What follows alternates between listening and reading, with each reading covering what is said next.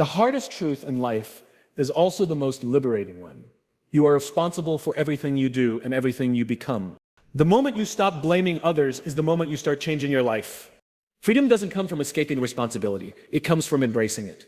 Everything starts with awareness. Before you can take accountability for your actions, you have to see them for what they are. You have to be brutally honest with yourself. And honesty isn't easy, not when it exposes parts of you that you'd rather hide. But that's exactly why awareness is so rare. Most people spend their lives defending their version of reality instead of examining it. They prefer comfort over clarity. Yet without awareness, there's no foundation for responsibility. You can't take ownership of something you refuse to see. Think about how we react when things go wrong. The natural instinct is to explain, to justify, to defend. We say, it's not my fault, or I didn't mean to. We blame timing, circumstances, even other people. It's a self-protection mechanism, a way to shield our ego from pain. But the truth is, accountability begins the moment we stop explaining and start observing. It begins when we say, let me look at what I did. Let me see what role I played in this. That's awareness. That's where personal growth is born. Awareness doesn't judge. It doesn't condemn. It simply reveals. It's like turning on a light in a dark room. Suddenly, everything is visible. The dust, the clutter, the forgotten corners. Most people are afraid of that light because they know it will expose the mess. But those who truly grow, those who become extraordinary, are the ones who not only turn on the light but also dare to look around. They don't run from what they see. They face it, piece by piece, with courage and curiosity. This kind of awareness requires humility. It means admitting that you don't have it all figured out. It means acknowledging that you've made mistakes, that you've hurt people, that sometimes your intentions and your actions didn't align. That's uncomfortable. It's supposed to be. Awareness stretches you beyond the limits of your pride. It demands vulnerability, and that's the birthplace of accountability. Because only when you allow yourself to see your flaws can you begin to take ownership of them. The most transformative people you'll ever meet are not the ones who never make mistakes, but the ones who see their mistakes clearly and learn from them. They don't waste time hiding from the truth. They spend time understanding it. They know that denial delays growth. They know that awareness, even when it stings, is the only way forward. When you live in denial, you stay stuck in the same patterns. You keep reliving the same lessons. But awareness breaks that loop. It opens your eyes to cause and effect, to how your choices shape your results, how your mindset shapes your relationships, how your habits shape your life. When you become aware, you start noticing the small moments. The tone you used in a conversation, the way you reacted under pressure, the excuses you tell yourself before taking action. You start realizing that accountability is not about big life-changing events. It's about the micro decisions you make every day. Awareness gives you the power to see those moments in real time. You catch yourself before repeating the same old behaviors. You begin to shift from reacting to responding. That's the subtle yet powerful transformation awareness brings. Awareness also teaches you responsibility without guilt. It doesn't mean you beat yourself up for every mistake. It means you observe your patterns with compassion and curiosity. You ask, why did I act that way? What was I feeling in that moment? What belief was driving my choice? Those questions don't make you weak, they make you wise. They move you from emotional reactivity to attentive living. Because accountability isn't about punishment. It's about progress. There's a profound strength in simply saying, I see what I did. It's not an admission of defeat, it's an act of power. Awareness reclaims your agency. It reminds you that you have influence over your life. When you're unaware, life feels like it's happening to you. You feel like a victim of circumstances, like you're just reacting to what's thrown at you. But the moment you become aware, everything shifts. You start to see that you're not powerless, you're participating. You realize that your thoughts, your words, and your actions contribute to the outcomes you experience. That's a radical shift in perspective. Awareness also brings emotional clarity. So many of our actions are driven by unconscious emotions. Frustration, fear, insecurity. When you slow down and observe yourself, you start to notice these emotional triggers. You realize that your reactions are not random. They are responses to deeper feelings. Maybe you snap at someone not because of what they said, but because you felt unseen. Maybe you procrastinate not because you're lazy, but because you're afraid of failure. Awareness peels back the layers and helps you see what's underneath. And once you see it, you can change it. You can respond differently. You can grow beyond your past conditioning. That's why awareness is the gateway to accountability. You can't take responsibility for what you can't see. You can't improve what you won't acknowledge. Awareness invites you to stand still in the mirror of your own life, to see not only the version of yourself you show the world, but also the one that exists behind closed doors. It asks you to confront the gap between who you think you are and who you truly are. That gap is uncomfortable, but it's also full of potential. It's the space where transformation happens. When you live with awareness, you stop living on autopilot. You stop sleepwalking through your days, repeating patterns that no longer serve you. You start to notice the power of choice. You begin to understand that accountability isn't something you turn on when things go wrong. It's something you practice every single moment. It's the awareness of your intentions before you act, the awareness of your tone when you speak, the awareness of your energy when you enter a room. It's not about perfection, it's about consciousness. The hardest part of awareness is that it never stops revealing. Once you choose to see, you can't unsee. You begin to recognize your blind spots, your biases, your contradictions. That can be overwhelming, but it's also liberating, because once you see yourself clearly, you gain the power to change. You stop waiting for others to change. First, you stop blaming the world for your circumstances. You start focusing on what you can control, your actions, your effort, your attitude. Awareness is where accountability begins, because it invites you to wake up to your choices, your behaviors, and their impact on others. It's the moment you stop running from the truth and start walking toward it. It's the silent acknowledgement that growth doesn't begin with others recognizing your mistakes. It begins when you recognize them yourself. When something goes wrong, our first instinct is often to find someone to blame. It's almost automatic. We look for an external cause, a person, a situation, a system. Blame gives us a momentary sense of relief.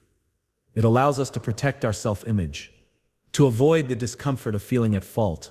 But that relief is short-lived, and the cost is enormous. Because every time we choose blame, we give away our power. Every time we point the finger outward, we lose the chance to grow inward. Responsibility, on the other hand, does the opposite. It restores our power. It says, regardless of who caused it, I have the ability to respond. And that small shift changes everything. Blame is rooted in fear. It's the fear of judgment, the fear of looking weak, the fear of losing control. We blame others because we believe that by doing so, we protect ourselves. But what we're actually protecting is our ego, that fragile sense of self that needs to be right, that resists being questioned. Responsibility doesn't feed the ego, it challenges it. It invites us to move beyond fear and into ownership. It asks us to stop defending ourselves and start defining ourselves. Blame is reactive. Responsibility is intentional. There's an important difference between fault and responsibility. Fault is about the past. It focuses on what happened and who caused it. Responsibility is about the future. It focuses on what happens next and who will make it better. You may not be at fault for what happened to you. Maybe it was unfair, maybe it was out of your control, but you are responsible for what you do next.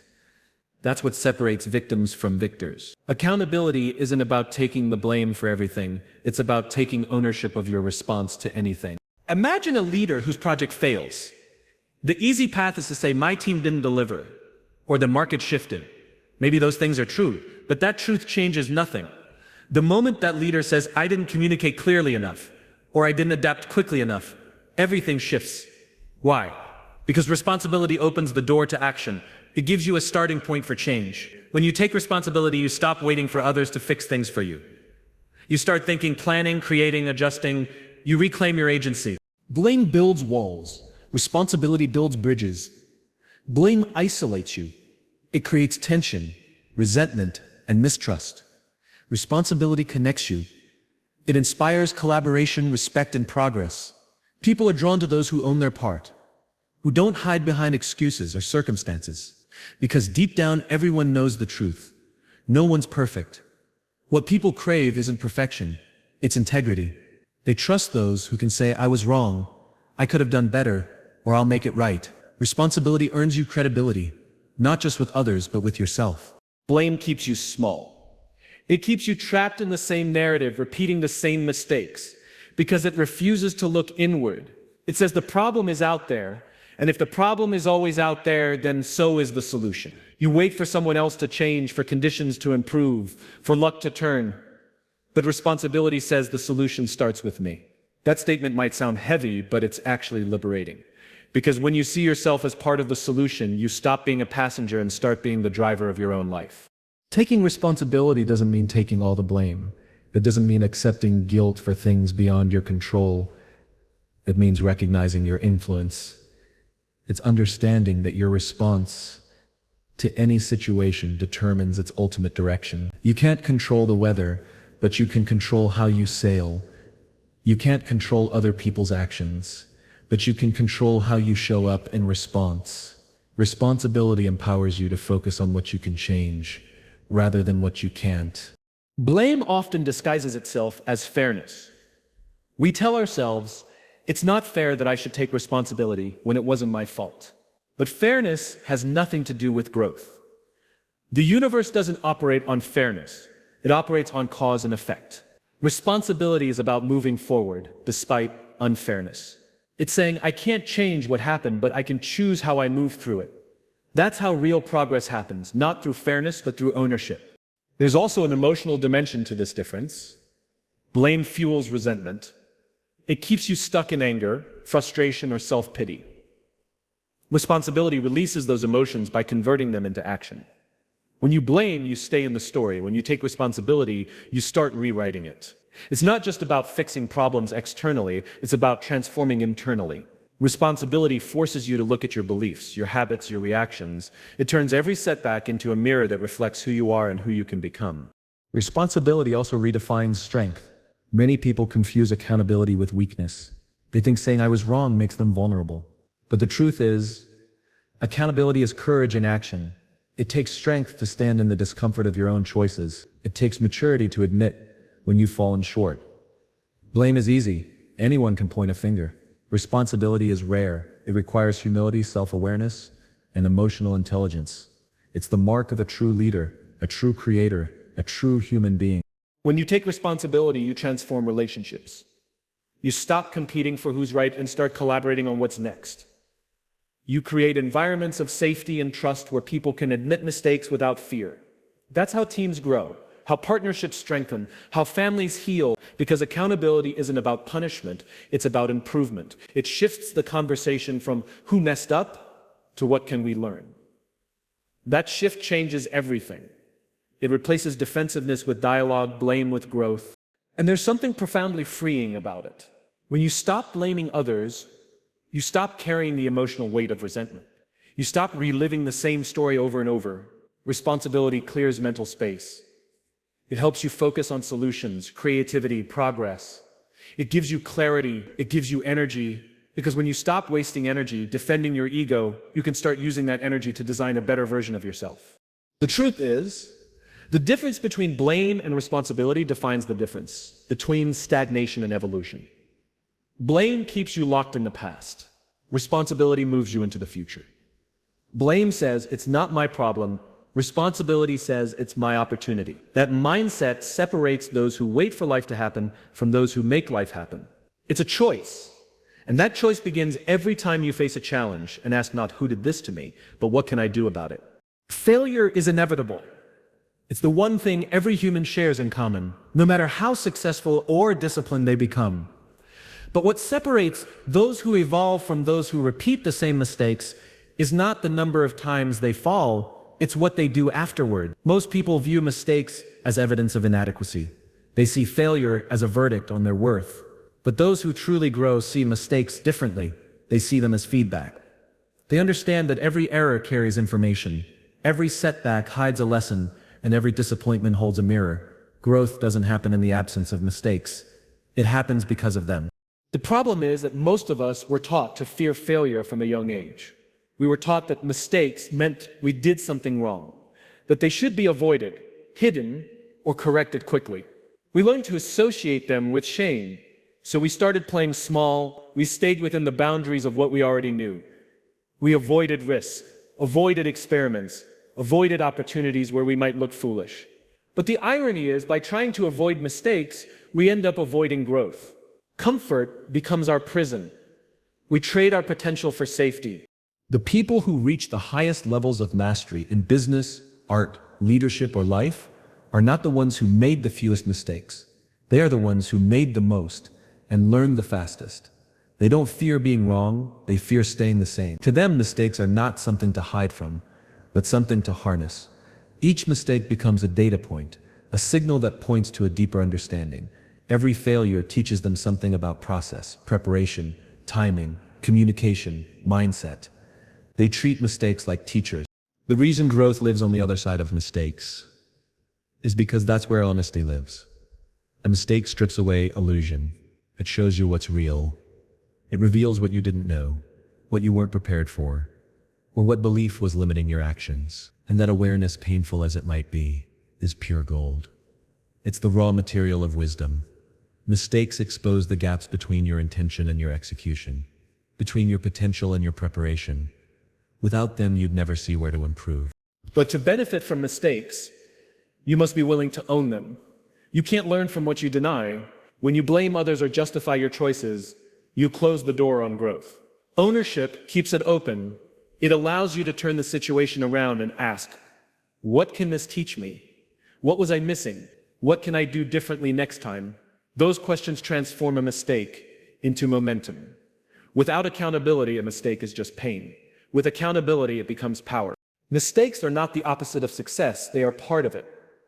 Every innovation, every discovery, every breakthrough in history is built on a mountain of failed attempts. The airplane was invented through trial and error. The light bulb was perfected after thousands of failed prototypes. Great athletes lose games before they win championships. Great leaders make poor decisions before they make wise ones. The common thread is that they keep learning. They don't define themselves by failure. They refine themselves through it. There's also an emotional strength that develops through making mistakes. When you fail and face it head on, you build resilience. You learn that disappointment is survivable. You discover that your self-worth isn't dependent on outcomes. That realization gives you freedom, the freedom to take more risks, to stretch further, to experiment without the fear of being broken by results. Mistakes, when owned, create emotional muscle. They expand your tolerance for discomfort. They make you braver. Most people misunderstand success as the absence of error. But success is not a straight line. It's a constant loop of trying, failing, adjusting, and trying again. Growth is iterative. It's a cycle of awareness, action, and adaptation. You can't skip the middle part, the failure, the confusion, the frustration. That's where understanding happens. That's where experience is formed. Every mistake carries a lesson that can't be taught by success alone. Success often comforts you. Mistakes challenge you. Success reinforces what you already know. Mistakes reveal what you don't. There's something deeply human about mistakes too. They remind us that we're learning beings, not finished products. They humble us. They connect us. When you admit your mistakes, you invite authenticity. You make space for others to do the same. Accountability becomes contagious. People start taking responsibility instead of hiding behind perfection. Teams become stronger. Relationships become more open. Growth spreads, not because people stop making mistakes, but because they stop pretending not to. The real danger isn't in making mistakes. It's in fearing them so much that you stop moving. Paralysis disguised as perfection is one of the greatest obstacles to personal development. You wait until you're ready, until you're sure, until everything aligns, but readiness never comes without doing. And doing always comes with mistakes. That's how life teaches you, through participation, not prediction. You learn to swim by getting wet, not by reading about water. Mistakes also have a way of refining your values. They show you what truly matters. When something goes wrong, you're forced to decide what's worth fixing, what's worth fighting for, and what's worth letting go. You discover your priorities, your limits, your resilience. Sometimes the greatest clarity comes not from getting it right, but from getting it wrong and realizing what you truly care about. Mistakes expose not just your weaknesses, but your values. To grow through mistakes, you must cultivate curiosity. instead of criticism. When you make an error, instead of asking, "Why did I fail?" ask, "What is this trying to teach me?" That shift in mindset transforms guilt into growth. It replaces self-blame with self-awareness. It allows you to separate your behavior from your identity. You are not your mistake. You are the person learning from it. That distinction is what keeps you moving forward. Growth doesn't come from perfection, it comes from iteration. You try, you stumble, you adjust, you evolve. Each mistake pushes you closer to mastery. Each failure peels back another layer of who you thought you were and reveals who you could be. The process is uncomfortable, but so is transformation.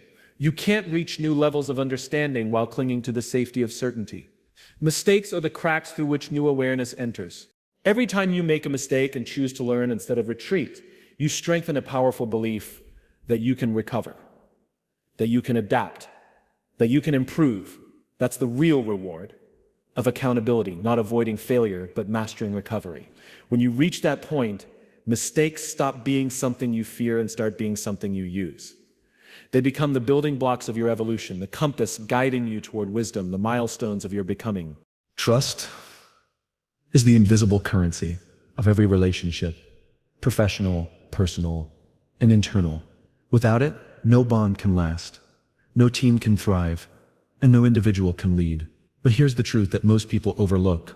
Trust doesn't begin with others. It begins with you. Accountability is not only the foundation of trust between people, it is the foundation of trust within yourself.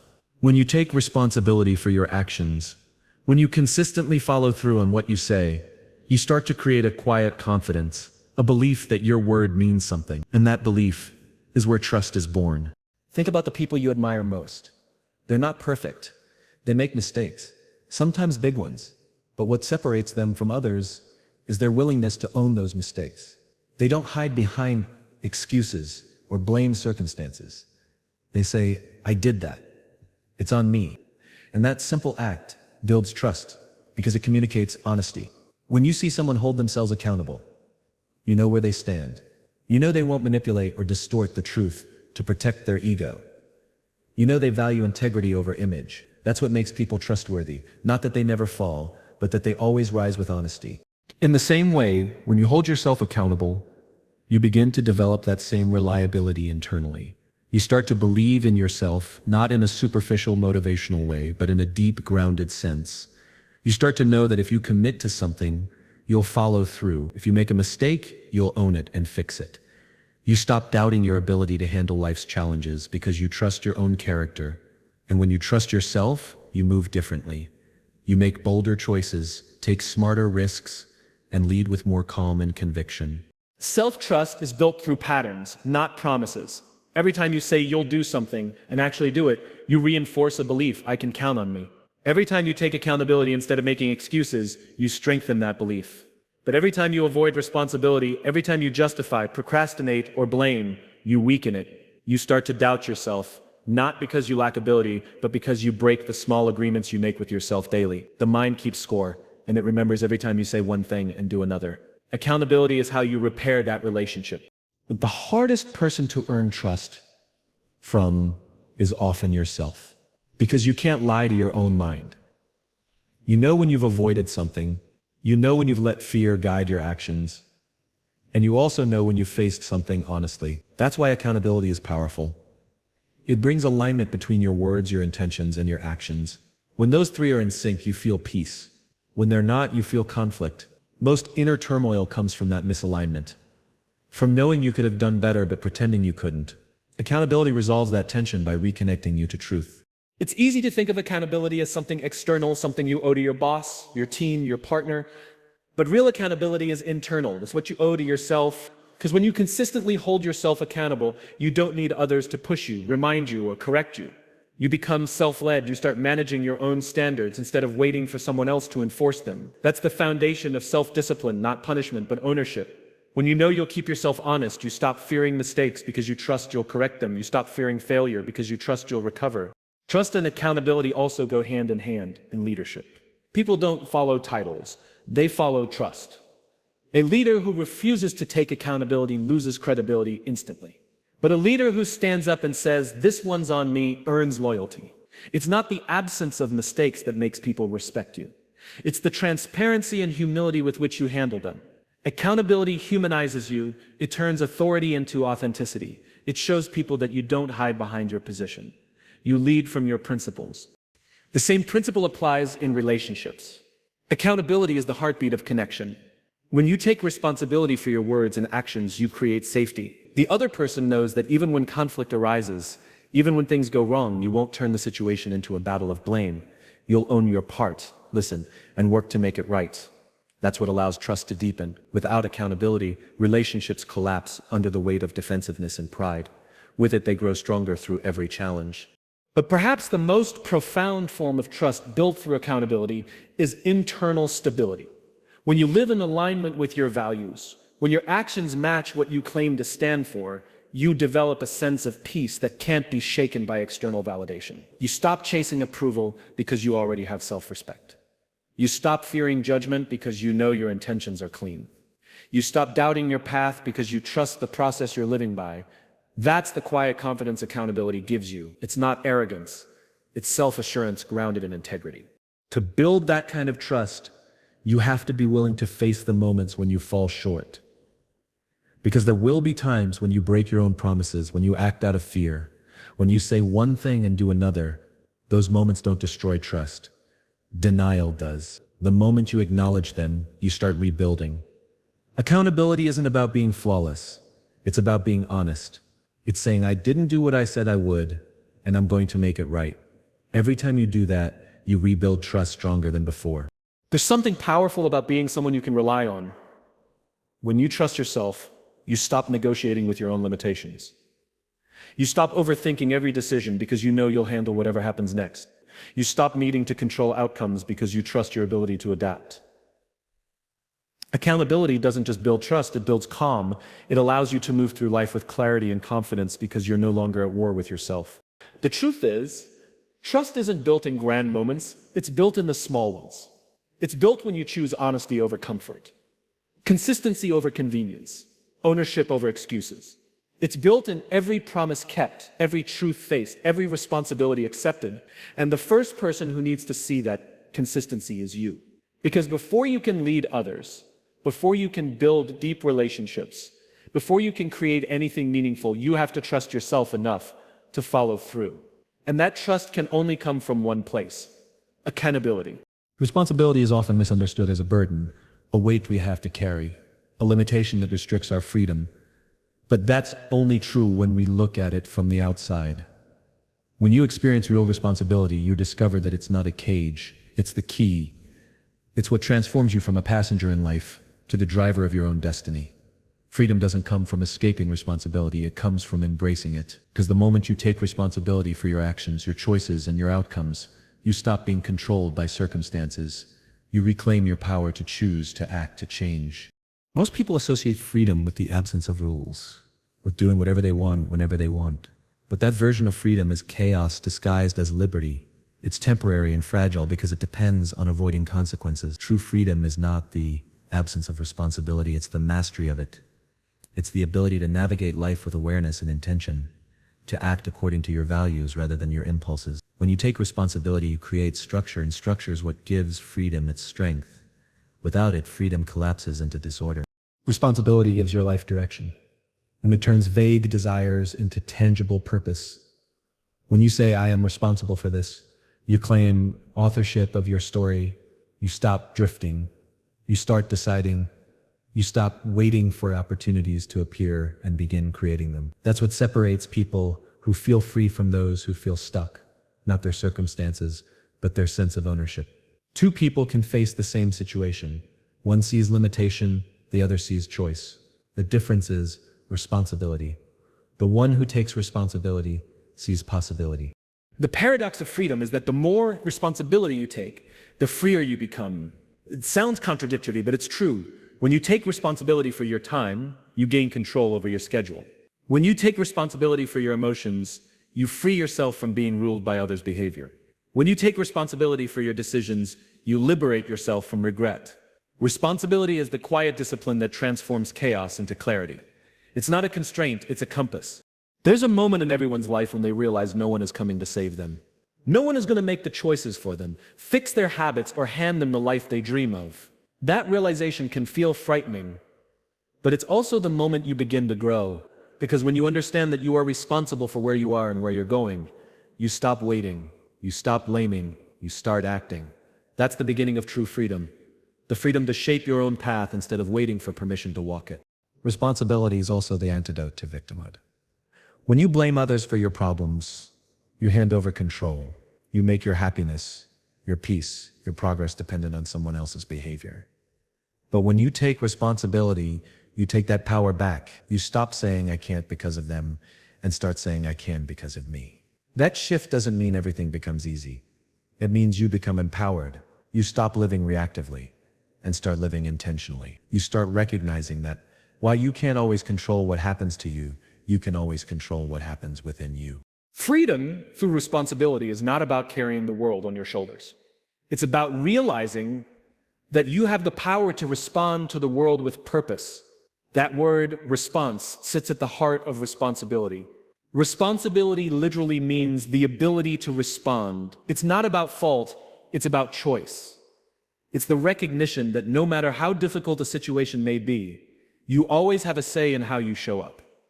You can choose patience over anger, learning over blame, perseverance over surrender. Each of those choices expands your freedom, because every time you act consciously, you reclaim your agency from your impulses. In a world that constantly tries to convince you that you're powerless, that systems, luck, or other people dictate your fate, responsibility is an act of rebellion. It says, I am not a product of my circumstances. I am a product of my decisions. That mindset doesn't make life easier, but it makes it meaningful. When you take responsibility, you give your actions weight. You start living with intention. You stop wasting energy on what's beyond your control and start investing it in what you can influence. That's where personal power begins. In the quiet decision to own your life completely. Responsibility also deepens your sense of freedom by aligning you with reality.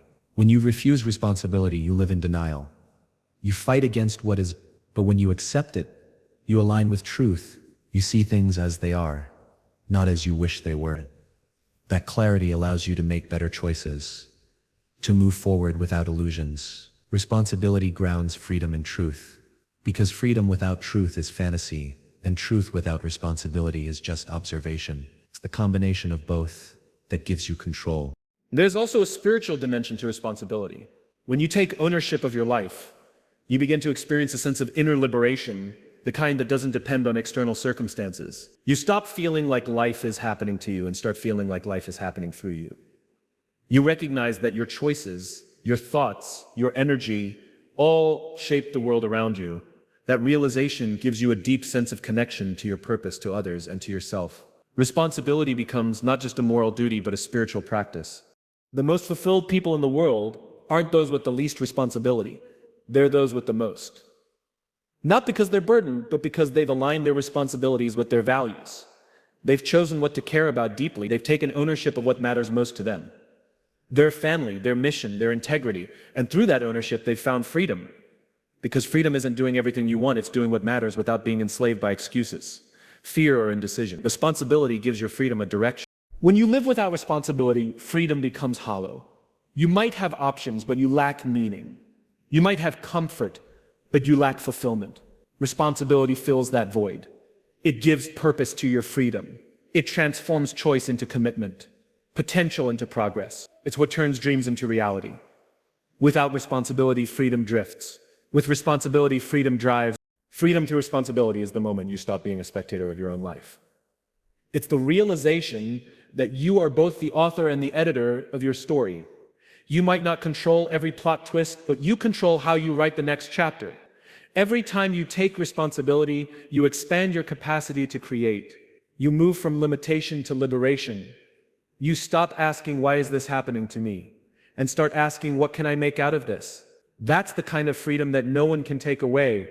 The freedom that comes not from running away from responsibility, but from running toward it. Accountability is not a rule to follow. It's a way of living. It's the quiet agreement you make with yourself to stop running from truth and start walking toward it. It's the decision to trade excuses for awareness, blame for responsibility, and fear for growth. Through accountability, you learn to see yourself clearly, not as a victim of circumstance, but as the author of your own story. It begins with awareness, the courage to look at your actions without distortion. It deepens through responsibility, the willingness to own your choices without blame. It strengthens through mistakes, the wisdom to learn instead of retreat. It solidifies through trust, the integrity to stand by your word even when it's difficult. And ultimately, it liberates you, the realization that responsibility isn't a weight to carry, but the wings that let you rise. When you take accountability for your actions, you stop waiting for life to change and start becoming the change itself. You stop saying, I wish someone would fix this, and start saying, I can do something about it. That shift from reaction to ownership is where transformation happens. Because accountability is not just about doing what's right, it's about becoming who you were meant to be. And once you begin to live that way, you discover the greatest freedom of all, the freedom to trust yourself, to grow without fear, and to shape a life built not on circumstance but on character.